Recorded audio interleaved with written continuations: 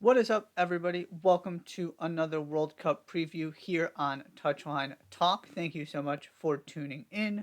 As always, be sure to hit that subscribe button so you don't miss any of the content I put out every single week, and so that you don't miss the rest of these World Cup previews. Today, all about Group F, and that means we begin with Brazil. Ninth World Cup appearance for Brazil. That is every World Cup that has taken place on the women's side. Best finish 2007 runners up. Your name to know. I went back and forth a little bit on this and ultimately settled on Dabinia. Dabinia has completed 5 seasons in the NWSL. 3 of them involved 10 plus goal involvement. She was spectacular for North Carolina last season. Obviously, has now moved to the Kansas City Current. Is already scoring goals there. Is probably going to get double-digit goal involvements again this season. She's one of the best players in one of the best leagues in the world. She might not be the player you first associate with this Brazil team because of Marta, but at this point, to me, she is the heartbeat of the attack. She is the focal point. She is the standout player here, the most accomplished player that will put combination of importance and accomplishment. So if you're getting introduced to this Brazil team, obviously everyone also should know about Marta and the incredible career she's had. But at this moment in time, the player who's going to be the star of the show, if I have to take a guess, I'm going with Dabinia for Brazil. My big question here is, can they blend these two eras that are merging, these two generations? You have the players, your Dabinias, your Martas, who have been around for a while. You've got those World Cup veterans, those staples of this Brazil national team. And then you have a third of this team, 8 players, I believe it is, who are under the age of 28, most of them under the age of 25, and already playing at the best teams in La Liga or in the NWSL, and some of them excelling in the NWSL. And this is where I'll take a moment to give Caroline a shout out, North Carolina Courage striker. Having a very good season, has been spectacular. It took a little while to get going, but from the minute she stepped onto the field in the NWSL, you went, oh, she is different. There is all kinds of raw potential there, and it's starting to come together for her. And she is by no means the only one that falls into this young rising star category. And these players are ready to contribute now. They are contributing now for this Brazil team. So can you find a way to navigate all of this and kind of enter into your new era while also maximizing and utilizing the experience of players like Marta? Can you kind of make this work and find the balance for this tournament and set the stage for what's to come by giving these young players their first taste of a World Cup? Second team in the group is France. Fifth World Cup appearance, also made it in 2003, 2011, 2015, 2019. Best finish, reaching the semifinals in 2011. I also went back and forth about your name to know here and ultimately decided on Wendy Renard. Wendy Renard is the captain, the most recognizable name, I would argue, on this team. Obviously, legendary center back, boatloads of Champions Leagues with Lyon, one of the most accomplished players from a trophy standpoint in the women's game. And also just the storylines and everything that has happened with this national team. Wendy Renard at one point announced she wasn't going to play in this World Cup because of frustrations with manager, with the federation, with the way that she didn't feel like the support was adequate. Coaching change gets made, and she's back. And so there is that element to this as well. This is also a center back who scored 4 goals at the 2019 World Cup. In addition to all of the kind of accolades she has from a team standpoint. She is one of the most dangerous, maybe the most dangerous player in the world on set pieces. So there's that part of this as well. And of course, you know what she gives you defensively. So Wendy Renard, your player to watch.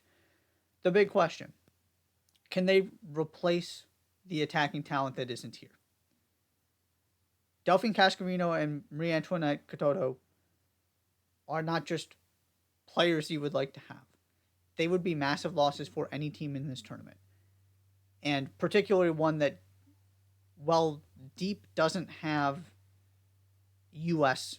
level depth where you're picking really thin margins. There is a this is a big deal. These two losses. And so now you're looking and trying to see, okay, who performed well at the Euros? Can they do that again and step up without these two players available? Do they have enough in attack at this point to reach a semifinal, to actually contend for this tournament without Cascarino and Katoto?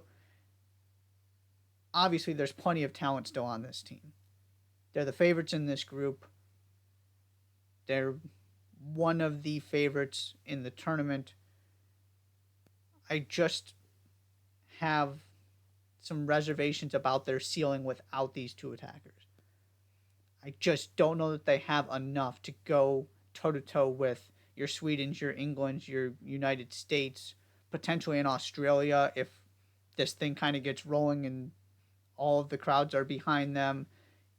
Germany, the teams you point to as the favorites. I just have a hard time seeing this France team get past the semis. I could see a world in which they get to the semis, but eventually I think they're going to get exposed a little bit because in a tournament that is headlined by all of these injuries, they are not immune to that. And they're not quite as well equipped as the England and the United States of the world, and basically just those two teams, to handle this. So that is your big question. That is my reservation with this France team. They should win this group. Obviously, you never want to count them out because of the experience and the performances you've seen from these players, the talent you know they have. I'm just a little wary about how far they can get in the knockout stage. Up next is Jamaica. Second World Cup appearance for the Reggae Girls, also made it in 2019.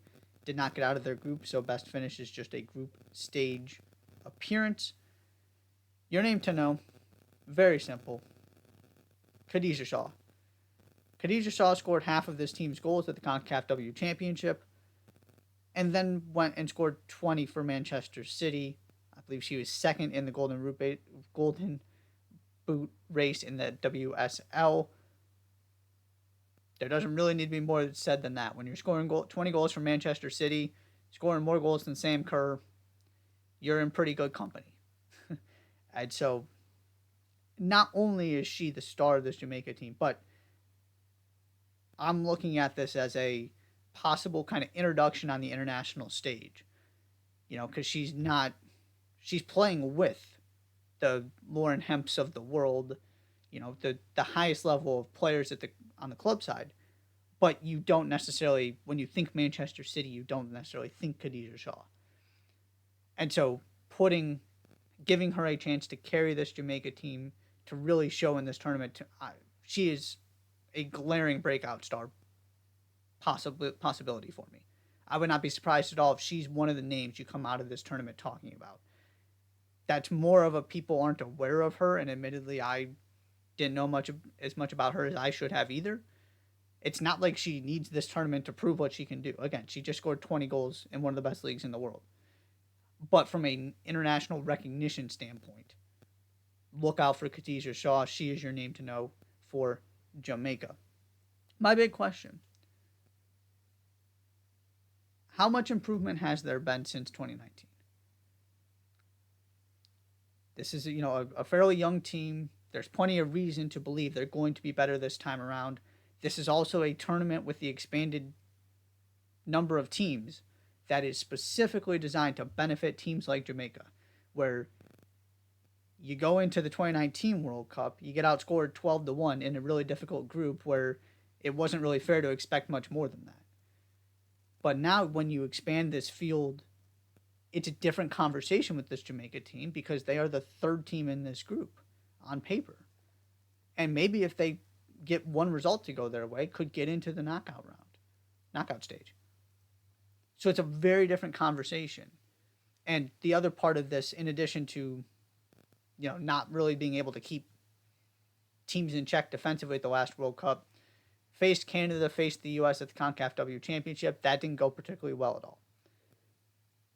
Jamaica have done a pretty good job of beating the teams and at least showing up in the games they're supposed to.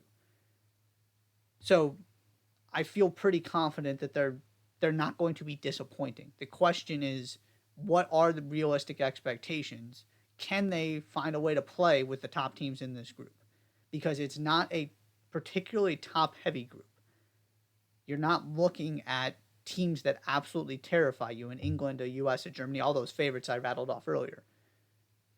There are points to be had here if Jamaica is up for it. And we're just gonna have to wait and see on that. But that's my question is how much different does this look than 2019? Finally, staying in CONCACAF, you have Panama. First appearance for Panama. Your name to know, Marta Cox, one of the more impressive resumes from a club standpoint on this Panama team. Most of these players are playing domestically. Marta Cox has played for two different Liga MX teams and currently is there right now. It's a step up in competition level compared to most of her teammates on this Panamanian national team. She's delivered for this team time and time again, particularly in the bigger tournaments they've played in, the qualification process, Concacaf W Championship, those kind of things. And now she gets this opportunity on the world stage to see what she can do in this group. My question here is how much can they learn? What can they absorb from this experience? Every single player who logged more than 125 minutes at the Concacaf W Championship was under the age of 27 at the time. So now, theoretically under the age of 28. This is an incredibly young team that you just can't expect very much of in this tournament and especially in this group, where you've got a Jamaica team that's improving and two very established teams in Brazil and France. This is about getting this experience for these players and trying to build this moving forward, trying to get them, turn them into a cohesive group and to build a foundation for the next, 5-10 years, the next two World Cup cycles. Because this could very quickly get much, much better for Panama, kind of what you might see from Jamaica in this tournament, where you get there with the young group, and then as they continue to grow, they continue to take those steps just as they improve, gain more experience at the club level, learn more about how to navigate international tournaments, all of that stuff. And so to me, that's what this is about. It's going to be awesome to see this young team play. What are they going to be able to take away from it? And is this the start of a very promising era for Panama with these young players who are going to be around for tournaments to come? I kind of mentioned this earlier, just thoughts on the group overall. I'm taking France and Brazil in that order to get out of the group. I'm just not quite convinced Jamaica has enough at this moment in time to get ahead of one of those two teams. I expect Panama to struggle. I expect Jamaica to get a win against Panama. And I still have faith in this France team from a group stage standpoint. And, things seem to have calmed down since Hervé Renard came in as the manager. There's obviously been a lot of tension, frustration, drama, but most of that is, most of those players are in this squad. Renard is back. Wendy, that is. Got two Renards now. Everything does seem to have calmed down for the most part. And so I'm not too worried about that being a distraction. I expect them to live up to kind of their potential and do what people expect. And that's quarterfinals, maybe semis, depending on how things go. And so I will also say I'm really excited to see this Brazil team. I love these young players. I've mentioned Caroline before. She's one of my favorite players in the world to watch. So, and from Brazil's standpoint, I'll throw this out there too. This team hasn't won a knockout stage game since 2007. That needs to change this time around, and it should change. Just because, again, it's difficult with these smaller size tournament World Cups. Because you get to the quarterfinals, you get to the round of 16, and all of a sudden, if you don't win your group, you're playing the best teams in the world. Now you get things a little bit more spread out. Brazil is one of those teams that could very much benefit from that. I was kind of surprised when I found that stat, but it's just the reality of, one game, one bad draw, and you're done. So that to me is the focus for Brazil here is get yourself to the knockout stage, win a knockout stage game, and see where that takes you. Because if you can get to the quarters, who knows what happens. That is all for Group F. Thank you so much for tuning in. Be sure to hit that subscribe button, and I'll see you next time.